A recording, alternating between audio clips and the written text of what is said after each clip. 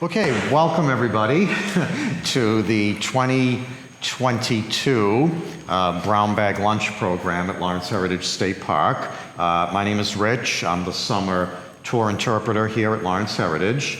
And the Brown Bag Wednesdays program is something that I created back in 2019.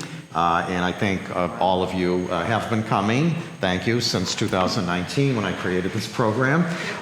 Then of course in 2020 we couldn't do it because we were closed due to the pandemic, closed to visitors. And then we brought it back last summer, 2021, and now we're happy to have it, to offer it again this summer now, 2022. So, before we get started, I gave you some flyers, okay, about our summer programs here for your own information, and if you could share the information with others who may be interested. So the tan flyer lists the Brown Bag Lunch program topics for this month, for June, okay? And then once I know who will be speaking in July, I'll put out a July flyer, and then once I know who will be speaking in August, I will put out an August flyer. Okay, so we're doing it 1 month at a time right now, all right? And then the green flyer lists my walking tours here for this summer, okay, or at least June. There might be some slight changes for July and August, but we'll put out an updated flyer after at the end of June for the July walking tours, and then again for the August walking tours, we'll put out an updated flyer at the end of July, okay? You'll see the walking tours here, the name, the time, the day that it's offered, and then a little description there, okay? So again, you know, you're all welcome to participate. You do not need to RSVP for the walking tours or the Brown Bag Lunch, as you know. The boat tours, we do hope to do July and August this summer. I'm still waiting for the official go-ahead, but tentatively they will be on Saturdays at 10 a.m. If it's like we've done in the past, for the Saturdays in July and August, okay? So again, those you do need to make a reservation for. Once we know for sure that we'll be offering them, we will have a sign-up sheet at the reception desk downstairs. You can sign up there or give us a call and we'll put your name on the reservation list, okay? And then the yellow flyer is an exhibit that I just set up last Friday in the gallery for the month of June. Since we did not have any bookings for the gallery for the month of June, so I thought I would try to fill it up with an old-time Lawrence display, okay, which goes along with the museum itself here, of course, right, what we have down on the first and second floors. So the Lawrence History Center loaned me many of the items that you'll see there on display if you haven't had a chance yet to look. And then some items right from the Lawrence Heritage here are on display as well. And then Joe Bella, who's a friend of the park, the president of the Friends Group, lent me many of the items there as well. And then I have one item from my own collection on display there. And in case you're wondering, what is that one item? It's the Tom Manzi Dodge sign, okay? That's from my own collection there. But the others would be from Joe Bella, from the Lawrence History Center, and right here from Lawrence Heritage, okay? So, all right. Today's topic for the inaugural Brown Bag Lunch presentation of the 2022 summer season is presidential visits to Lawrence, okay? And presidents, you know, presidential candidates, future presidents, oftentimes they're traveling to different cities and towns, both, you know, before they're president, during the time they're president, and sometimes after they leave office. They visit places, cities and towns. So I knew that some presidents or future presidents, former presidents, had visited Lawrence, and I wanted to find out exactly who and when. So I did some research and put together today's presentation based on that theme. Okay, and you know from coming before to the my brown bag lunch presentations, yes, you know what's coming, right? There is a quiz, right? Okay, from the professor here, right? Okay, so it is a matching quiz. I know usually it's a multiple choice quiz, right? This time I decided to do a matching quiz, okay? So it's only 7 questions, okay? So I have writing instruments here if anybody needs a pen or a pencil. So if you want to take a few minutes to do the quiz, and then we will go over the answers, and then that will form the basis for today's presentation. And then I have some show and tell items here to pass around. Please match each of the following presidents or presidential candidates or future presidents with their correct description as it relates to Lawrence, okay? So, number 1, Harry Truman, okay?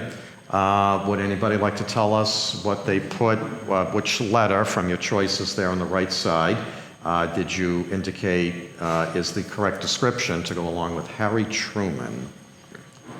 I know this is wrong, but I put A. You're right, Paul, it's wrong. You're right that it's wrong. Yeah. Then I put G.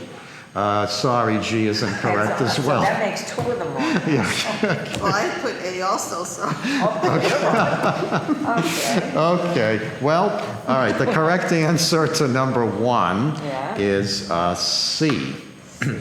Oh. Yes, okay. Harry Truman, C, letter C from your choices. He spoke on the Compagnon Common during the last year of his presidency on behalf of candidates from his party. Okay, so this would have been 1952. Okay, and again, this will be in your packet of information that I will be giving you before you leave today. Okay, but here is a picture of President Truman. Okay, October of 1952, speaking on the Compagnon Common. Okay. So this would have been the last year of his presidency, 1952. And he came to Lawrence during the fall campaign on behalf of Democratic candidates, you know, who were running in the area here or in the state for election or re-election. Okay, kind of like a pep rally for fellow Democrats. Okay, even though he himself was not running, but for other Democrats who were running for office.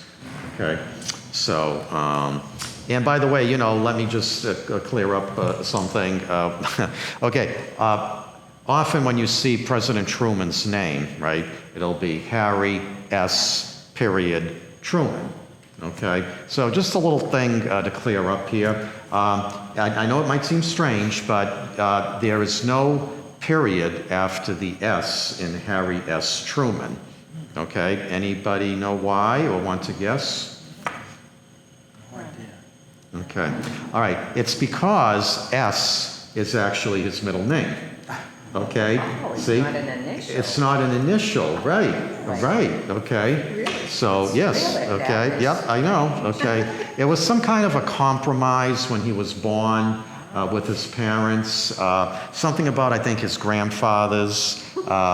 I think both of their names began with S, but they didn't know which one to go with. You know, his mother's, on his mother's side, or go with his father's side, okay? Which grandparent, you know, Yeah. they both begin with S, but they're like Stephen and Sylvester, let's say, Right. okay? So I believe the story goes as a compromise. His parents said, well, we'll just, for his middle name, we'll just name him S, okay? Like to indicate both grandparents, Right. okay, both grandfathers whose first name I believe began with S, but different names, see? Okay, so, but I know the common thing is to put a period, and it's human nature, you know, and like with Harry S. Truman's name, right, you always see it most of the time, 99% of the time, with a period after the S, but there should be no period there because S is his actual middle name, okay? It's interesting. Yeah, see, yeah. All right. See, well, we're in for a really good summer of learning here, That's right. aren't we? Right? See? That's okay. Already. Already, right? Okay. The first day here now. Okay. So, all right. Number 2. Elizabeth Warren. Anybody want to tell us what they put for that, Arlene? E, correct, right. Yes, she announced her candidacy at the Everett Mill. Yes, and let me, and again, this will be in your packet that I will give you before you leave today, but there's a photo of Senator Warren, right, Yeah. announcing her candidacy for president at the Everett Mill. Okay, so, and the date was, just, you know, if you're interested in knowing, February 9th, 2019. Okay, February 9th, 2019. It was a Saturday morning. She, and I was there actually. Well, I like to go see a lot of presidential candidates during their appearances, you know, being a political junkie. So I was there in the audience, okay, it was a cold, you know, winter, it was sunny but cold, right, in February, early February, you know. And she got a good crowd there, and addressed the crowd from a platform. She had her husband with her golden retriever was with her as well, okay,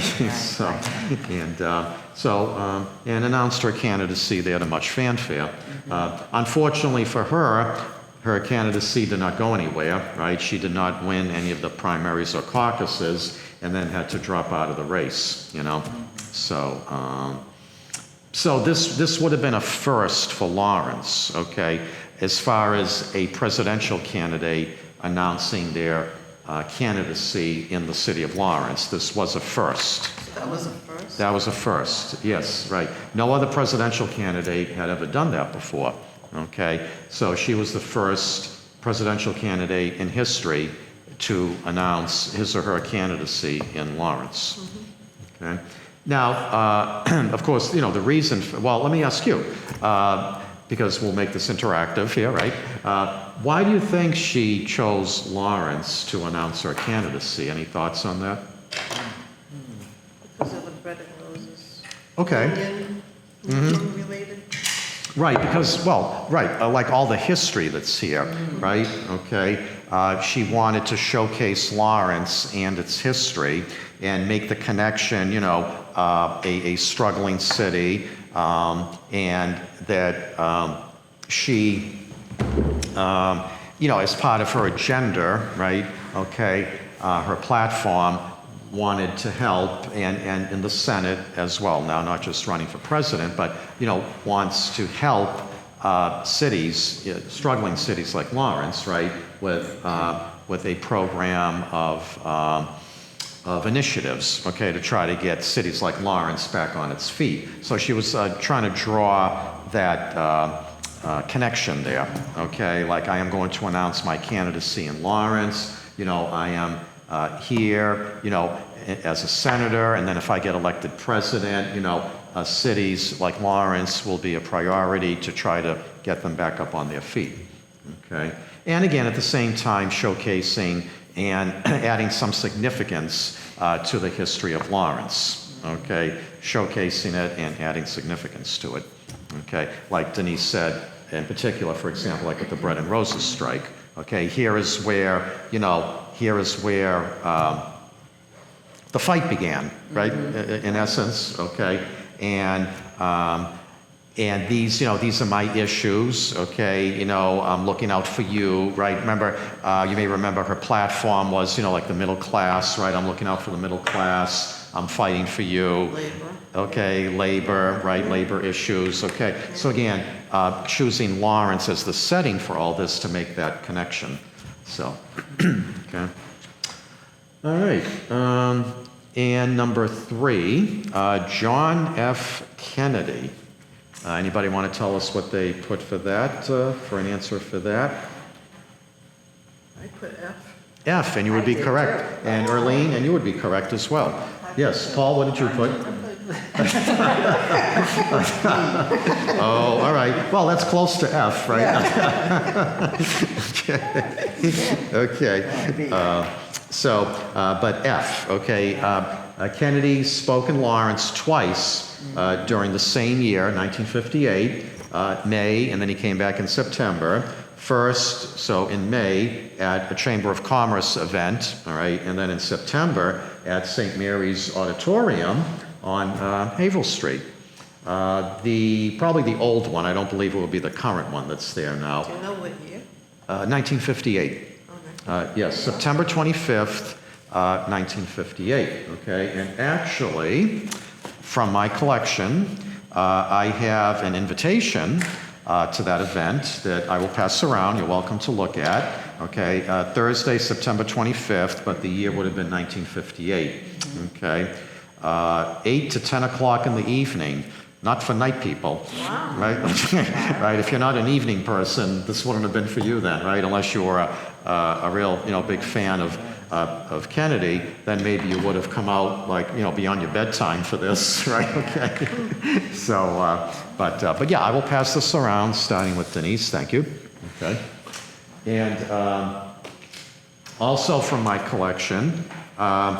If you're familiar with Lawrence, at the intersection of Swan and Jackson Streets, okay, for a long time there was an Esso service station there, okay? I believe it's still a service station, but not Esso, okay? This would be near Corbani's Bakery, right? Okay, Swan and Jackson there, and Methuen right over the Lawrence line, okay, remember? Okay, right? And I think that billboard is still there, I think. Okay, next time I go to Kobani's, I have to remember to look. On one of the billboards there is a political ad, okay? It says, and I'll pass it around, the men for state and nation. Okay, Ferkalo, Foster Ferkalo for governor, I believe, right? And Kennedy for the Senate, running for re-election. He first got elected in '52, and then in '58, running for re-election to the U.S. Senate. Okay, so this is a piece of Lawrence memorabilia here, dealing with Kennedy when he ran for re-election to the U.S. Senate. Okay, so we'll start with Denise. Thank you. And then I will pass this around. So Kennedy spoke at St. Mary's Auditorium, as I mentioned, September 25th, 1958. Okay. Then the next day, Friday, September 26th, in the then Lawrence Eagle Tribune, now known as the Eagle Tribune now. Okay. So they did an article on Kennedy's event the night before. Okay, apparently 800 people attended. Okay, good crowd. And again, he was campaigning for re-election to the U.S. Senate. He was in Methuen earlier in the day, and then Andover, North Andover, okay, on the North Shore as well, and then here at St. Mary's Auditorium in Lawrence. Okay, so I'll pass this around. You can read it or skim it, whatever you'd like to do. Okay. Okay, so now number 4. And actually, before let me, and this will be in your packet that I'll give you here of information. Just before we go on to number 4, I do have a script of then Senator Kennedy's remarks here in Lawrence during another visit, a previous visit in 1946 when he was running for the U.S. House of Representatives. Okay, so this would have been another visit, a previous or prior visit to Lawrence when he first ran for office in 1946 to the U.S. House. But this will be in your packet. All right. So, okay. All right, now, and then also in your packet will be a picture of Senator Kennedy in Lawrence in 1958, okay, when he spoke. It looks like it was sponsored by the Chamber of Commerce, and he spoke at the Lawrence service club, okay? And on the right side of the picture, to the left of Senator Kennedy, you will see a very young-looking, anybody recognize him? Well, here, let me do this, there we go. To the left of. To the left of Kennedy, a very young Buckley. Mayor Buckley, yes, right, okay. Yes, Mayor Buckley there from the 1950s, okay. And then into the 60s, and then into the 70s, right? And then got beaten by Larry Lefebvre in 77, right? But then came back in 83, and then defeated by Kevin Sullivan in 85. And then that was the end of Mayor Buckley's tenure in Lawrence, okay? But I believe he is the longest-serving mayor in Lawrence, okay? If you add up, although the years were broken up, okay? But if you add up all the years that he was mayor in Lawrence, I believe he was the longest-serving mayor. So, yeah, okay, so. Okay, now we'll go to number 4. Dwight Eisenhower. Okay, would somebody like to tell us what they put for an answer for Ike? Is that G? Not G, sorry. Those two are- No, I put C. not C. No, that was the first one. A? A, yes, Denise is correct, A. Okay, A for Ike. Okay. Okay, spoke on the Compagnon Common a few weeks before being elected president. Okay, and in your packet, you will see a picture of Ike speaking on the Compagnon Common. Okay, October of '52. Okay, now do you remember what I said about Harry S. No period Truman? Yeah. About when he spoke on the Compagnon Common, right? Anybody remember when was it when Truman spoke? 52. In '52, and in October, right? Okay, which is when Ike came.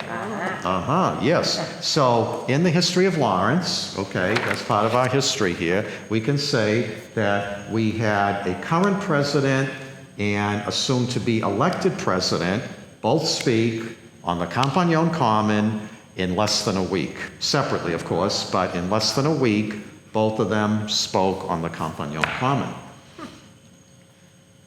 Okay?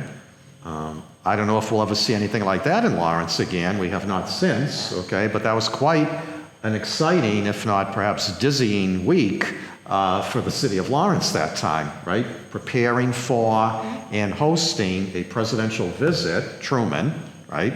And within the same week, within less than a week, preparing for, again, right? And hosting a future president, a soon-to-be elected president, Eisenhower. Okay, so on the banner there, and again, it'll be in your packet of information. It says "Need Ike." The word before it would be "we." Okay, we need Ike. Okay, so obviously rallying the Republicans or anybody else, who wanted to hear him. Okay, and perhaps vote for him. On the Compagnon Common there, okay, getting everybody together who was supporting Ike or interested in hearing Ike, when he spoke, okay. So, and then of course, "I like Ike" was the famous slogan there, right? Okay, so "We need Ike" is on the banner here. "I like Ike" was the common slogan there that was printed on a lot of campaign buttons, right? That came out in '52 in support of Ike. Okay, and Ike was a war hero, right, from World War II. Okay, D-Day, right? Okay, and as it is, a lot of people wanted him to run in '48. Okay, but he turned down all offers, of help. He's like, no, at least not now, okay? And as it is, he waited 4 years, and then in '52, he said, okay, now's my time, right? Okay. But, in '48, when people wanted Ike to run for president, and he was, of course, a war hero, both parties, the Democratic Party and the Republican Party, made overtures to Ike, okay, to get him to run to be the standard bearer for their party, the Democrats and the Republicans, okay? But Ike, I think part of the reason he turned down these overtures from both major parties is because he himself was not sure which which party he aligned with, you know, the Democrats or the Republicans, okay?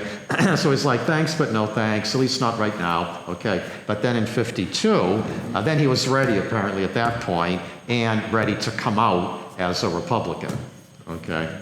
So, and then of course went up against Governor Adlai Stevenson of Illinois, okay?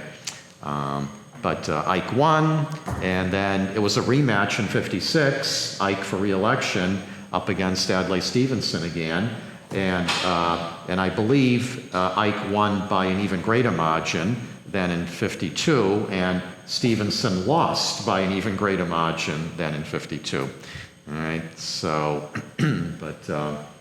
Do you remember the big brother Bob Emery? He used to have a toast to the president, and there was a picture of No. Eisenhower behind That's him. right, yes it was. Oh, no, I didn't know that. Yeah. At noontime every day. Yeah. Oh, really? Yeah, wow. Yeah. Oh, interesting, yeah. There was a milk, a glass of milk. A glass of milk, yeah, Yes. to go with your lunch, right? Yeah, right. Yeah. That's true. So, yeah.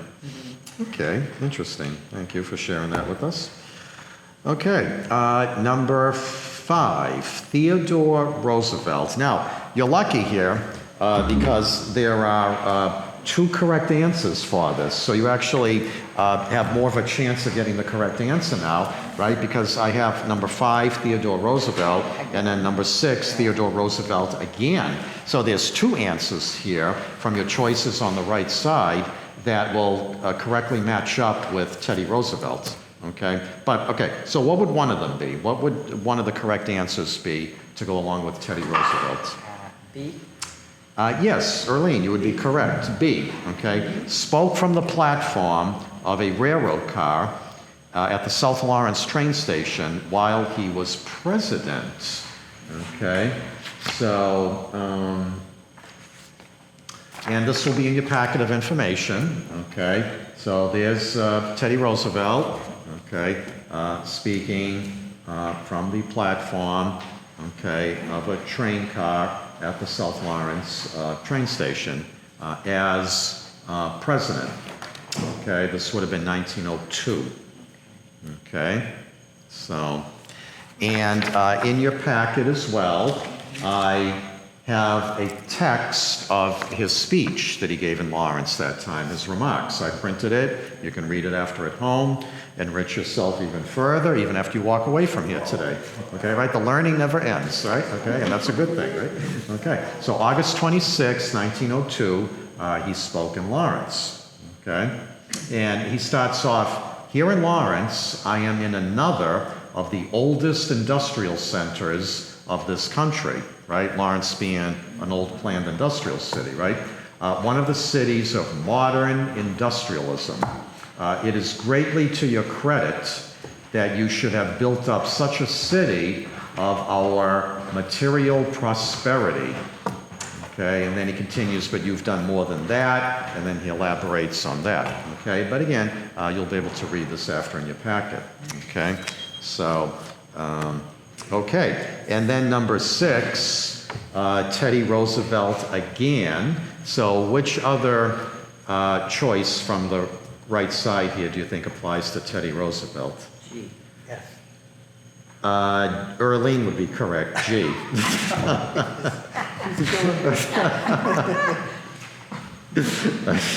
Paul, you got to get back into the swing of things here now, right, with these brown bag lunches. Yeah, you're not doing too well today.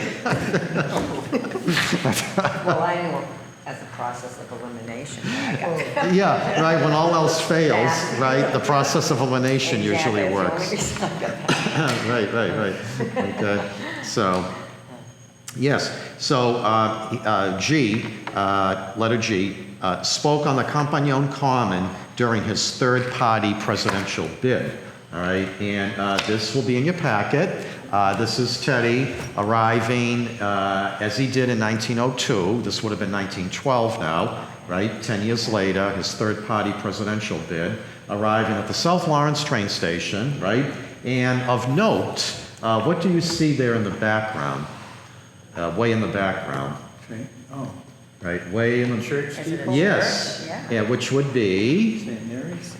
no, this would be South Lawrence. Oh, St. Patrick's. St. Patrick's, St. right, Pat's, right, because this is the South Lawrence train station, Yeah. okay? And there is St. Patrick's, right, in the background, okay? So, now, Lawrence, as you may know, has had different train stations over the years, right? 3 or 4 at a time, right, okay? So there's been different ones, Essex and Broadway, where McDonald's is now, right, behind it used to be one of the train stations. Old Station Square now they call it, at Parker and Merrimack Streets, right? Mr. Tux used to be there for a long time, right? That brick building in the background, which is called Old Station Square, I believe, is one of the former train stations, right? And then there was one right near St. Pat's there, right? Okay. And then, of course, where the Cladda restaurant is now, right? Canal and Amesbury Streets, right up here, would have been another train station. Okay, so yeah, Lawrence was well endowed for a relatively small city, population-wise and especially land-wise. We had like 3 or 4 different train stations here. Okay, so yes, all roads lead to Lawrence. Yeah. Okay.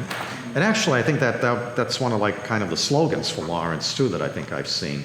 You know, all like on postcards maybe, all roads lead to Lawrence. Yes, city of industry, right? The immigrant city, immigration, we've always welcomed immigrants here. And then, of course, going along with that, the textile industry, you know, where a lot of the immigrants worked. Was it unusual that he came in 1912 and that was the year of the big strike? Yes, and probably not a coincidence, Paul, either. Right, okay. Yes, because Teddy Roosevelt, as you may know, was a progressive, right, okay? And in the early 20th century, we had the big progressive movement in this country, right? People who wanted to, you could say, like, clean up the ills of the American Industrial Revolution, okay? For example, you know, polluted cities now, unhealthy cities, high-traffic cities, okay? Labor issues now, okay, that were resulting from the American Industrial Revolution, right? Okay, problems with strikes, you know, things like that, right? Okay, so probably not a coincidence that he came here, okay? And when he was president, and then when he was running again to be president on the Bull Moose Party ticket, the progressive ticket, right? He would have taken up, well, he did take up a lot of these progressive causes. And, for example, on behalf of the American worker and their health and their safety and their pay, okay, things like that. So again, probably not a coincidence that when he was running for as a third-party candidate, that he did come to Lawrence. And, of course, as president in 1902, the same issues, no doubt, you know, the American worker, labor, things like that. And then 10 years later, as a third-party candidate, again, espousing the same issues, okay? So, now, one interesting little side note about Teddy Roosevelt, when he was running as a third-party candidate in 1912, right? Because, you know, back then you could run, you could serve more than 2 terms, okay? But he, in 1904, when, well, okay, let me back up. In 1901, he took over from William McKinley, who was assassinated, right? Teddy was vice president. So then in 1904, so he finished out McKinley's term.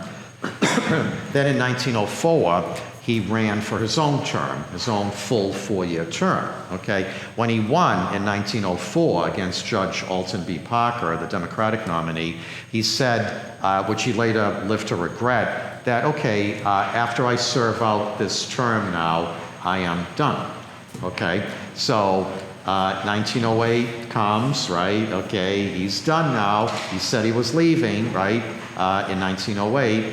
So, and he felt pretty good about it, actually, initially, because he was supporting William Howard Taft, okay? Not as vice president, but his Secretary of War. Back then, the Secretary of Defense was called the Secretary of War. And so William Howard Taft, Secretary of War, was Teddy Roosevelt's handpicked successor, okay?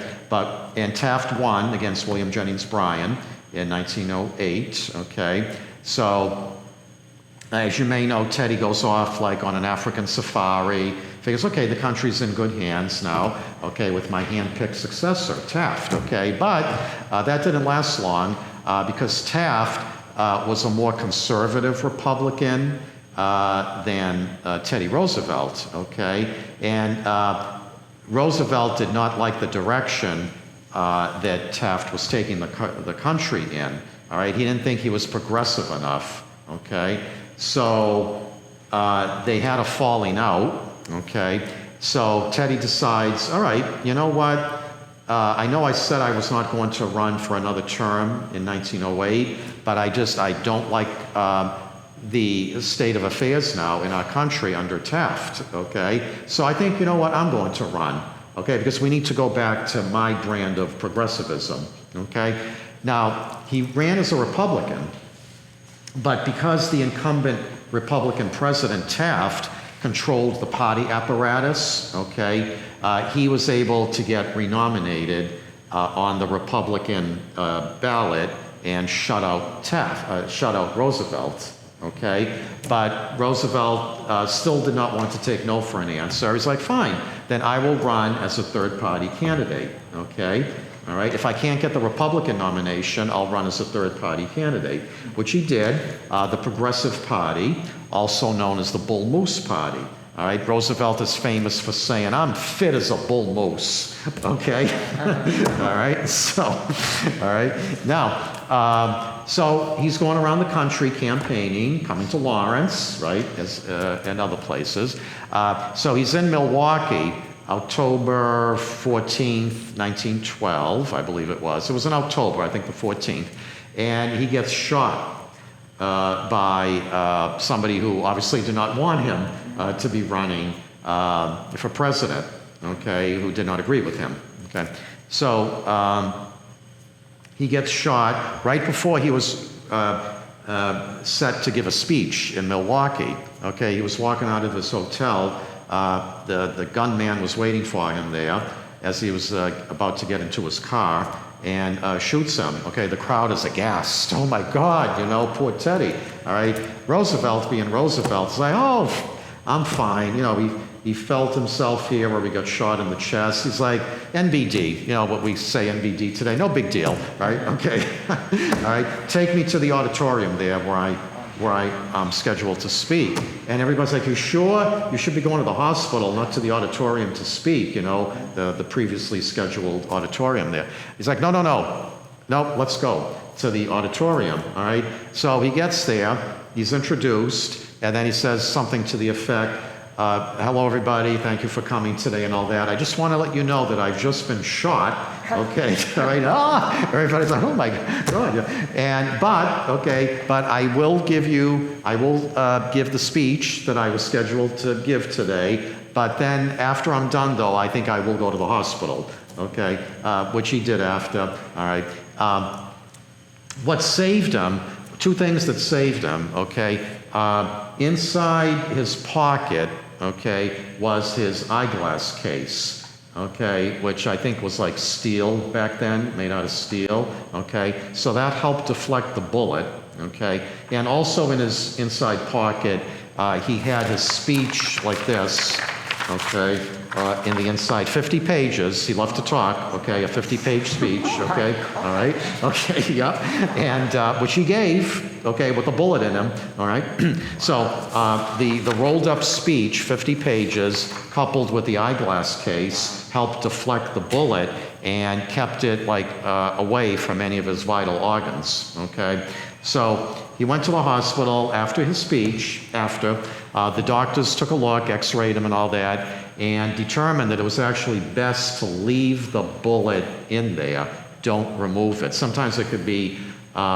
worse to try to remove the bullet, okay? Well, back in those days, probably nowadays, they would probably try to remove it, okay? But back then, the doctors determined to keep it in there. All right. Jackson, I believe, President Andrew Jackson, I believe, had a bullet that was kept in him from his days as a general as well. Okay. The bullet was kept in him as well. So, all right.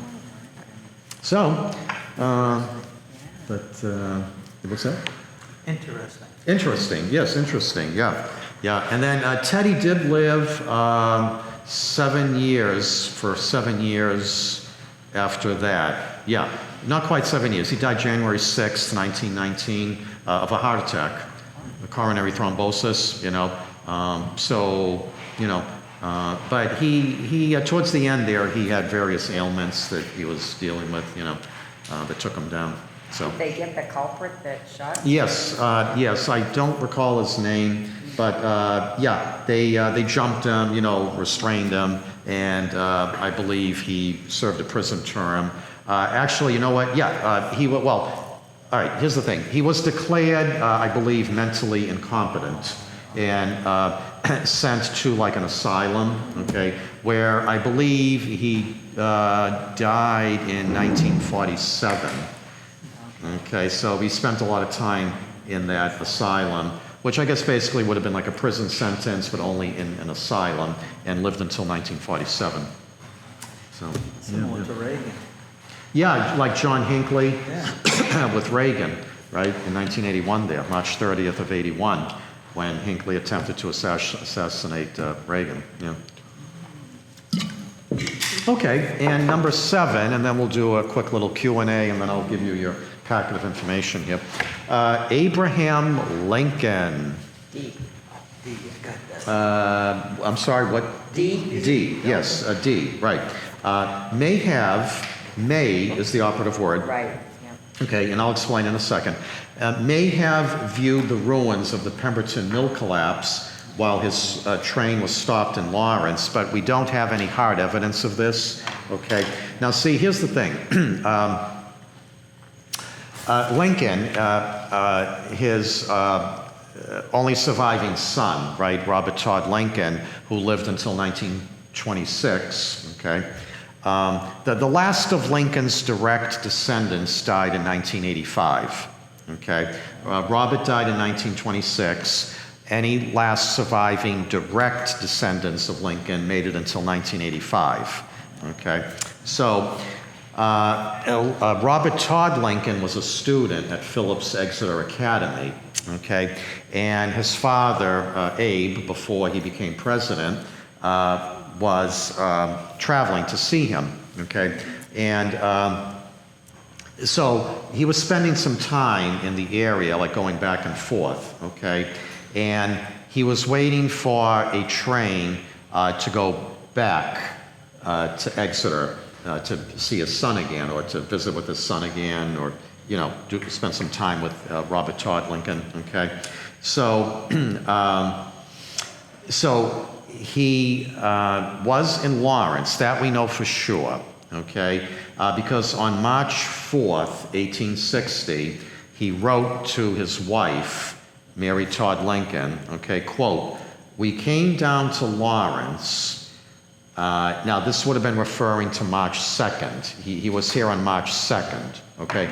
March 4th, he wrote a letter to his wife, Mary Todd Lincoln, quote, "We came down to Lawrence, the place of the Pemberton Mill tragedy, where we remained 4 hours awaiting the train back to Exeter," unquote, okay? So he says it himself that he was in Lawrence here, okay?